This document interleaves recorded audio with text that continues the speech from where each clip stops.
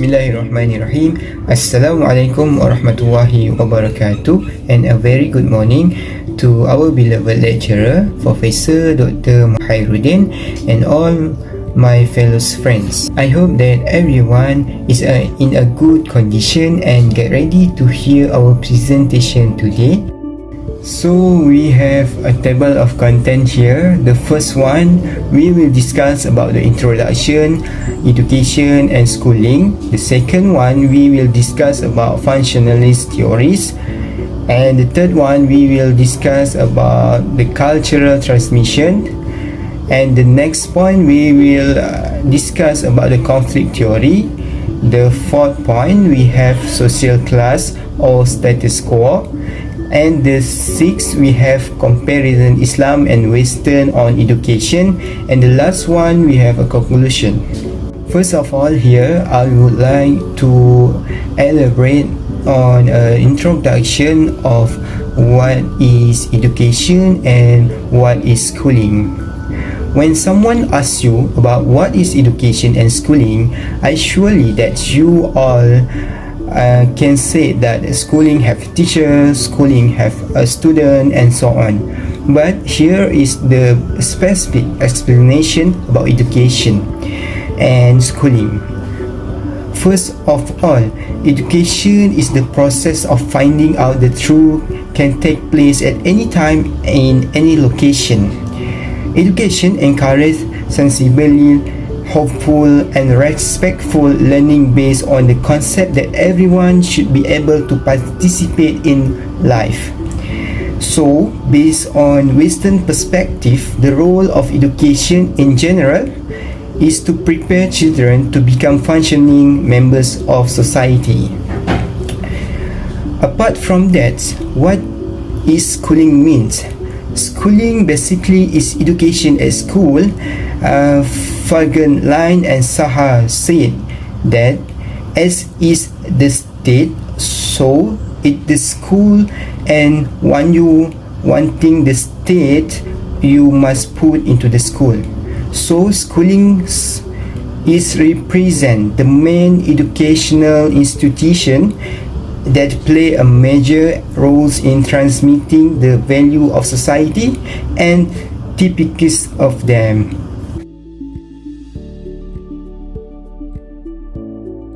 Assalamualaikum warahmatullahi wabarakatuh, and hello everyone. My name is Siti Nurlisa binti Mohammed Suffian.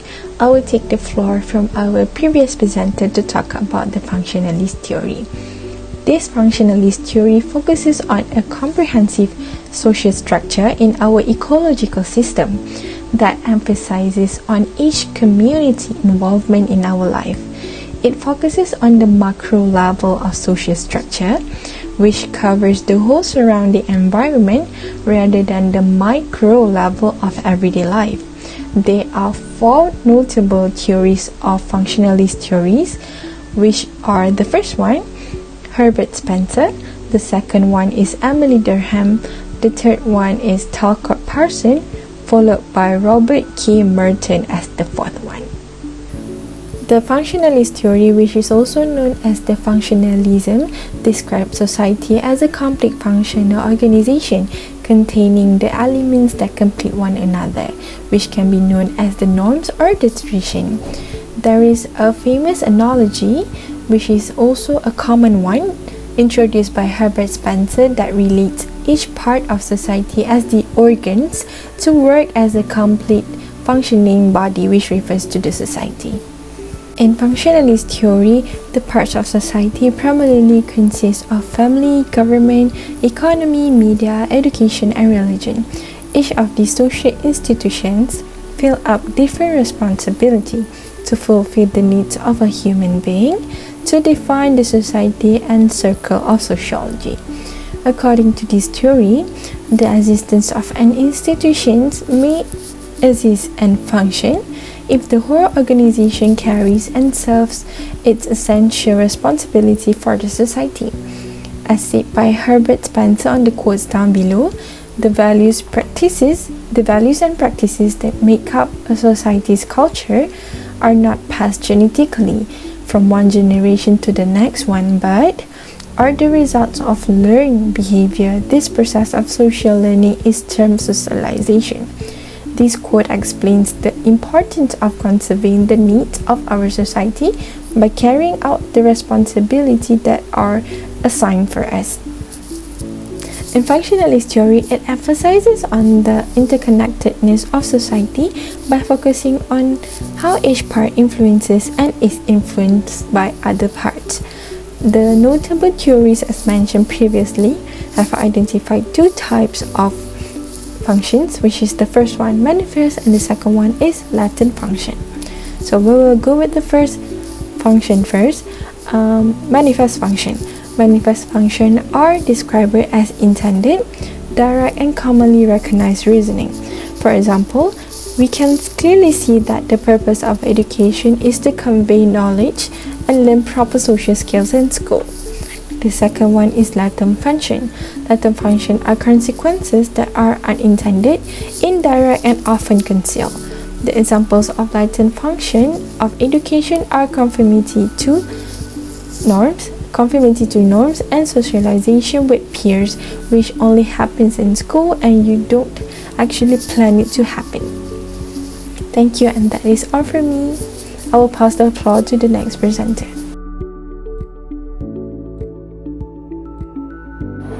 Assalamualaikum, my name is Umi Nur Hanira. Now I will continue on presenting about cultural transmission. First, we already know every society puts forth great efforts to survive and safeguard its traditions, thoughts, and ways of life by pursuing to attract, absorb, and contain its individuals. This process of survival occurs when values, attitudes, and beliefs are utilized for socialization. Socialization here, as defined by Borgota and Borgota, refers to the general process by which a social group, whether an entire society or just a family, transmits attitudes, beliefs, behaviors, and skills to its members. Major agents responsible for cultural transmission in society are family, peers, mass media, and learning institutions, mainly schools. The school represents the main educational institution which plays major role in transmitting the values of the society and typifies them. Children adopt new rules for conduct and acquire loyalties to new ideas and groups alongside mastering skills, acquiring knowledge, and understanding of principles which are crucial in making an educated person. Hence, the interaction and gravitation between education and the other spheres of social life, especially politics, is an absolute reality, for living within a social community is wholesome and inseparably correlated. Each part of it is affected by one more part, and it also affects one or more components of the community.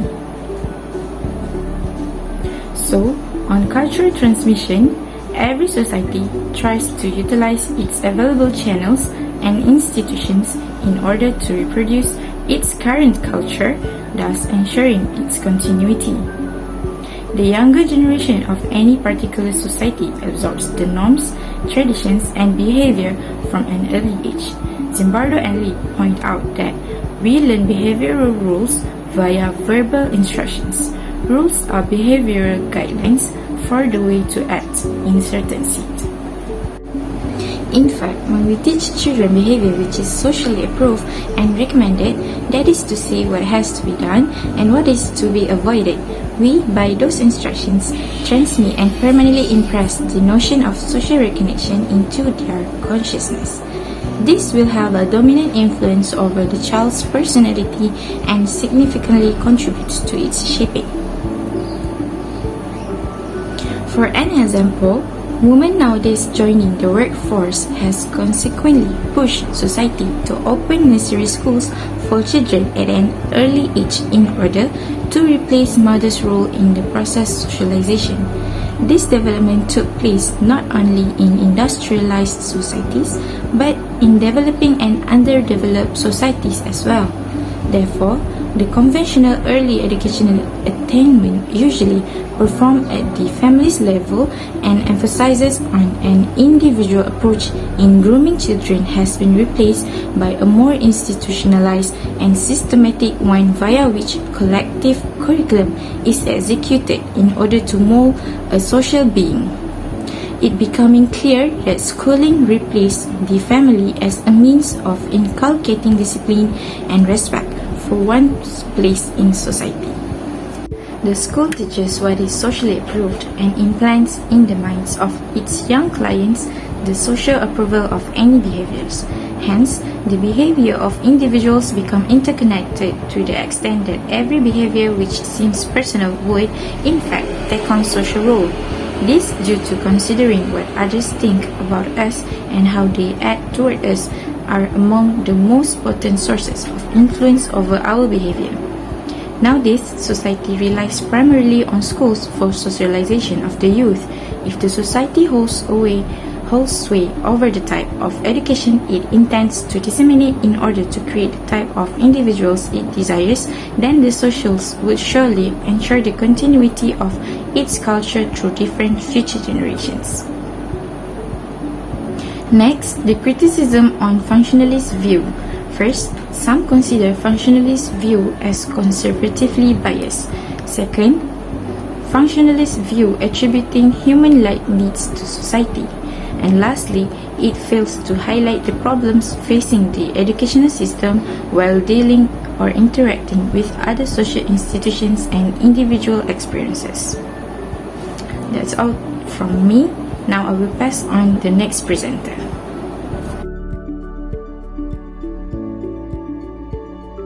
Hi, my name is Ahmad Nordin and I will continue the presentation. The next theory is a conflict theory. So, let's get to know the pioneer of this theory. The pioneer of this theory is Karl Marx. His full name is Karl Heinrich Marx. He was born in Trier, Germany on 5th May 1818 and died on 14 March 1883. Marx studied law and philosophy at the University of Bonn and Berlin. He was well known as a German philosopher, critic of political economy, sociologist, political theorist, and socialist revolutionary. Conflict theory is mainly based on the idea of Marxism, which takes its name from the founder Karl Marx. The conflict theory emphasizes the struggle over limited resources, power, and prestige as a permanent aspect of society and a major source of social change. According to conflict theory, conflict is an essential component of social order, and schools play an important role in the reproduction of social inequality, particularly class conflict and racial stratification. Basically, in this theory, we can see two major factors, which is stratification tool for the capitalist society and a social control. Conflict theory sees education principally as a tool by the ruling classes to perpetuate social inequality. By this theory, students with low academic achievement will go for a lower hierarchy job, and usually these students are from the low income group. On the other hand, children from rich families have access to many privileges. For example, they can access the best education and normally score high academic grade. Therefore, these students usually have a secure, better job than a low income group. Now I will explain the advantages and disadvantages of conflict theory. By dividing the student by their ability, student work is only compared to peers of similar ability. This will help the student to grow and helpful to each other. The classification can also encourage students with low ability to participate in class. Classification can also lead to the stigmatization of students who are not on the track. This stigmatization can have a negative impact on student academic performance. For example, students placed in a low track may lose confidence in their abilities, which may be reinforced by teachers' low expectation and peer stigmatization. According to some research, students in lower class are more likely to drop out or engage in criminal activities.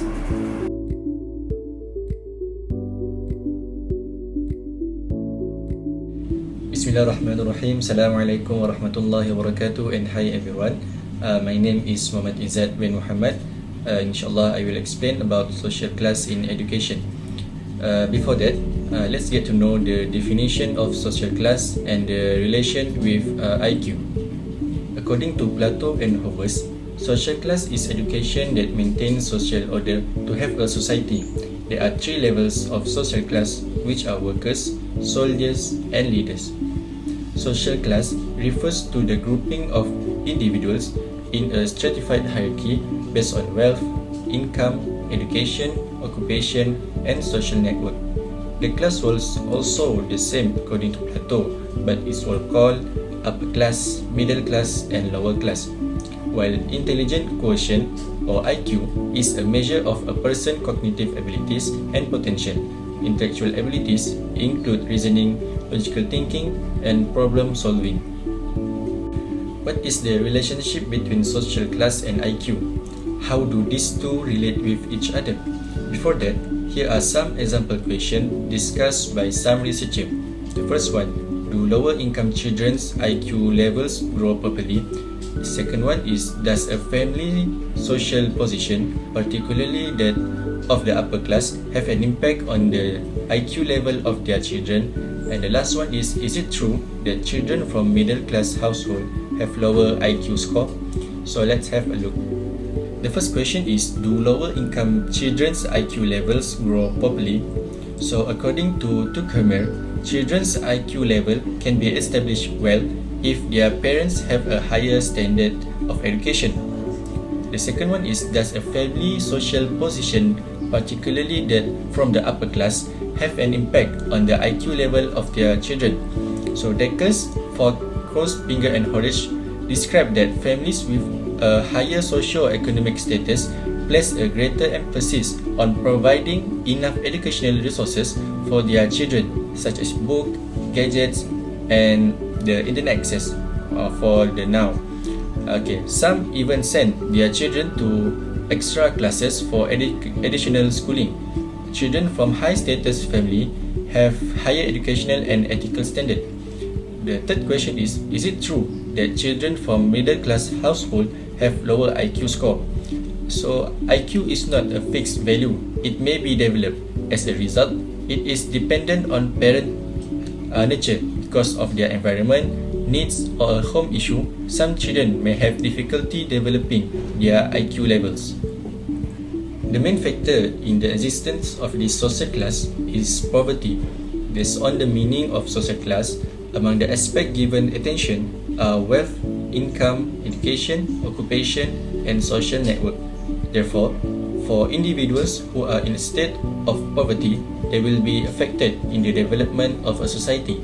To have a balanced standard of living, must have sufficient financial resources to be able to learn in a comfortable environment. Poverty is a state or condition in which a person or a society lacks the sufficient funding and basic necessities to live comfortably a living standard. Next, we move to status quo. The term status quo comes from Latin and refers to the current condition of affairs, particularly in relation to social, political, and military matters. The status quo refers to the current state of social structure and values in a sociological context. The status quo refers to a situation that exists today and is continuing to exist now because it contradicts the notion of change, or in brief, anti-change. This language frequently has a negative perception. This status quo is widely used in the world of politics as well as in the hierarchy of the workplace to express existing condition, culture, or work habit for a quite long time. Now, we move to status quo in education. The education system in the past still continues to this day, where students are placed in several categories in the classroom to facilitate the learning session.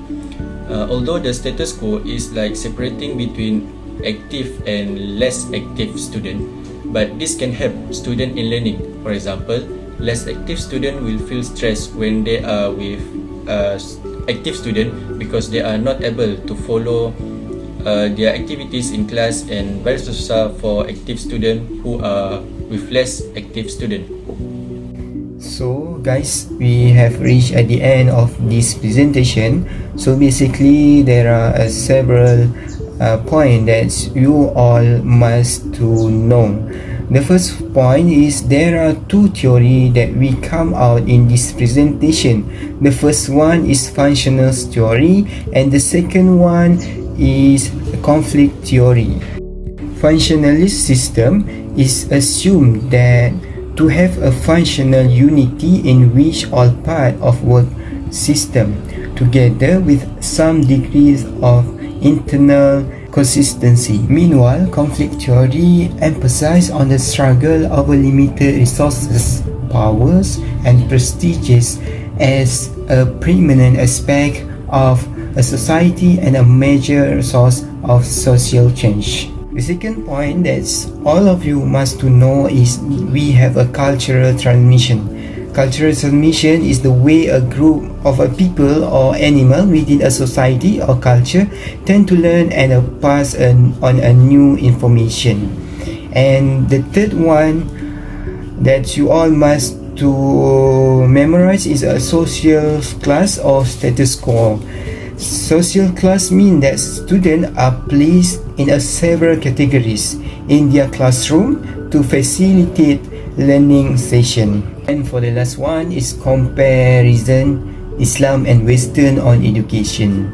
In comparison to Western education, there is no inequality to all in Islamic education. All degrees of education are treated equality in Islamic education. Western education, on the other hand, divide each student into many divisions. The wealthy, for example, will send their children to elite school. Those who are less fortunate will be enrolled in a regular school. And that's all from our team. I hope all of you can get what we tried to explain in our presentation today. See you soon. Thank you.